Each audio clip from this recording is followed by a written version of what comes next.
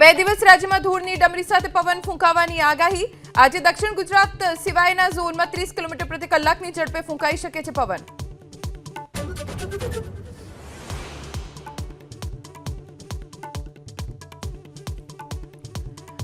એપ્રિલથી રાજ્યમાં ફરી વધી શકે છે ગરમીનું જોર।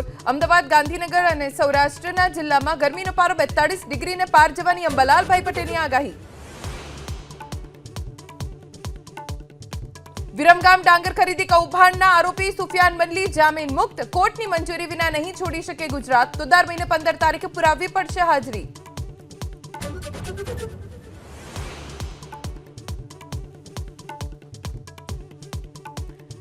ગેડની સમસ્યાના નિકાલ માટે સરકારે કર્યો મોટો નિર્ણય। 1534 કરોડના ખર્ચે સમસ્યાના કાયમી નિકાલનું આયોજન। પ્રથમ તબક્કામાં 139 કરોડના ટેન્ડર મંજૂર।